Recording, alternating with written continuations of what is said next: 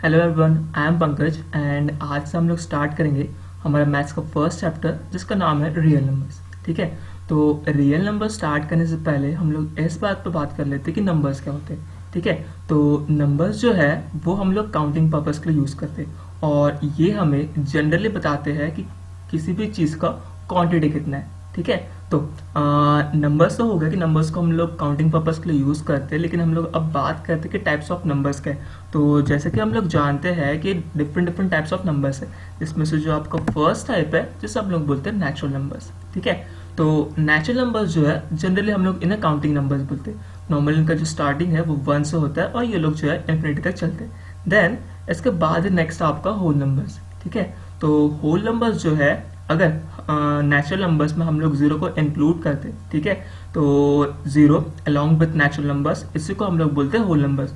तो इनका जो स्टार्टिंग है वो होता है आपका जीरो से और ये भी नेचुरल नंबर के टाइप ही इन्फिनिटी तक चलते हैं। ठीक है, देन थर्ड है आपके इंटीजर्स। तो इंटीजर्स जो होते हैं ये आपके नेचुरल नंबर्स और उनके जो नेगेटिव्स है इनका कॉम्बिनेशन है और साथ में यहाँ पर जो जीरो है वो भी आपका इंक्लूड होता है। ठीक है, तो जो आपके इंटीजर्स है इसमें आपके सारे के सारे नेगेटिव नेचुरल नंबर्स रहेंगे, साथ ही में जो नेचुरल नंबर्स रहेंगे मतलब पॉजिटिव नेचुरल नंबर्स रहेंगे और इसमें जो जीरो है वो भी आपका इंक्लूड रहेगा। ठीक है, देन नेक्स्ट है आपका रैशनल नंबर। ठीक है, तो रैशनल नंबर मतलब एक ऐसा नंबर जिसको आप p/q मतलब फ्रैक्शन के फॉर्म में रिप्रेजेंट कर सकते हो, लेकिन इसके लिए जो कंडीशन है वो ये है कि आपका जो q का वैल्यू है वो जीरो नहीं हो सकता, क्योंकि अगर q का वैल्यू आपका जीरो हो गया तो जो आपका नंबर है वो इन्फिनिटी बन जाएगा। ठीक है, तो एग्जांपल अगर हम लोग बात करते हैं रैशनल नंबर्स की तो वो है आप जैसे कि 5/2 -6/7 और भी बहुत सारे टाइप जिसके आपको 7/8 9/10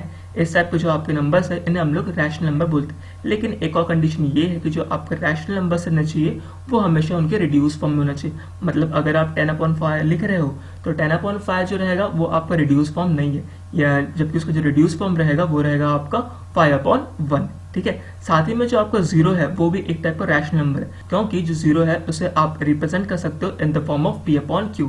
फॉर एग्जाम्पल के तौर पे जीरो को हम लोग लिख सकते हैं 0.6 0.7 0.1 0.2। तो इस टाइप से जो आपका जीरो है वो भी एक टाइप का रैशनल नंबर है। देन नेक्स्ट आते हैं आपके इर्रेशनल नंबर्स। तो इर्रेशनल नंबर्स हम लोग ऐसे नंबर्स को बोलते हैं जिन नंबर्स को आप लोग p/q के फॉर्म में रिप्रेजेंट नहीं कर सकते। फॉर एग्जाम्पल के तौर पे है आपका √2 को अगर आप एक्सपांड करने जाओ तो इसका जो वैल्यू है वो आपका नॉन टर्मिनेटिंग और नॉन रिपीटिंग आता है। वैसे जो पाई है आपको जिसको हम लोग 22/7 लिखते हैं, अगर आप इसको भी एक्सपांड करने जाओ तो इसका भी जो वैल्यू रहेगा वो आपका नॉन टर्मिनेटिंग और नॉन रिपीटिंग रहेगा। तो इस टाइप के नंबर्स जो कि आपके नॉन टर्मिनेटिंग नॉन रिपीटिंग होते हैं इन्हें हम लोग बोलते हैं इर्रेशनल नंबर्स।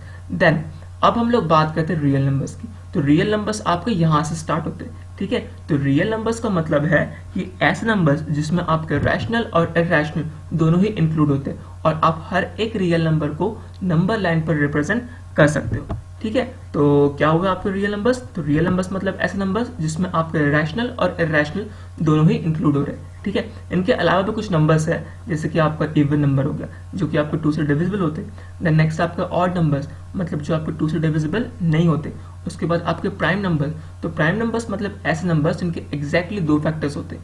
एक फैक्टर मतलब रहेगा 1 और दूसरा फैक्टर रहेगा वो नंबर खुद। फॉर एग्जाम्पल के तौर पे अगर हम लोग प्राइम नंबर्स की बात करें तो प्राइम नंबर्स आपके स्टार्ट होते हैं 2 से, उसके बाद नेक्स्ट आपका 3 है, देन 5 है, इस टाइप से चलता रहेगा। तो हम लोग एग्जाम्पल उठाते हैं 2 की। तो जो 2 है इसके 2 ही फैक्टर है, एक आपका 1 और दूसरा आपका 2।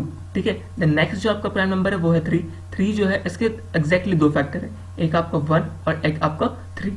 देन नेक्स्ट हमारे जो नंबर्स है वो है आपके कंपोजिट नंबर्स। ठीक है, तो कंपोजिट नंबर्स मतलब ऐसे नंबर्स जिनके कम से कम 3 फैक्टर्स हो, 3 से ज़्यादा फैक्टर चलेगा। ठीक है, तो जो सबसे छोटा आपका कंपोजिट नंबर है वो है आपका 4, क्योंकि अगर आप 4 के फैक्टर्स देखो तो 4 के फैक्टर्स आपके 1 है, 2 है और 4 खुद है। ठीक है, इसके बाद नेक्स्ट हम लोग बात करते हैं आपका 6 का। तो 6 के जो फैक्टर्स है वो अगेन कौन कौन से है? 1 है, देन 2 है, देन 3 है, देन 6 है। ठीक है, तो कंपोजिट नंबर्स मतलब ऐसे नंबर्स जिनके एग्जैक्टली आपके तीन फैक्टर्स होने चाहिए, 3 से ज्यादा फैक्टर्स चलेंगे। ठीक है, देन नेक्स्ट आपके हैं को प्राइम नंबर्स। तो को प्राइम नंबर्स मतलब ऐसे नंबर्स जिनका HCF 1 हो। HCF 1 हो, इसका मतलब क्या हुआ कि ये जो ना को प्राइम नंबर्स है ये आपको सिर्फ और सिर्फ 1 के टेबल में मिलेंगे, इसके अलावा आपको ये दूसरे टेबल में नहीं मिलेंगे। फॉर एग्जाम्पल के तौर पर 2 और 3 जो है 1 का एक ऐसा टेबल है जहां पर आपको 2 और 3 दोनों एग्जिस्ट करते हैं, इसके अलावा आपको 2 और 3 किसी भी नए टेबल में नहीं मिलेंगे। ठीक है, देन अगेन आपके 3 और 7 आपको फिर से जो है 1 के टेबल में मिलेंगे, बट इसके अलावा किसी भी और टेबल में नहीं मिलेंगे। तो इस टाइप के जो नंबर्स है जो कि इनका HCF 1 हो या फिर वो जो सिर्फ और सिर्फ 1 के टेबल में एग्जिस्ट करते हो, उन्हें हम लोग बोलते हैं को प्राइम नंबर्स।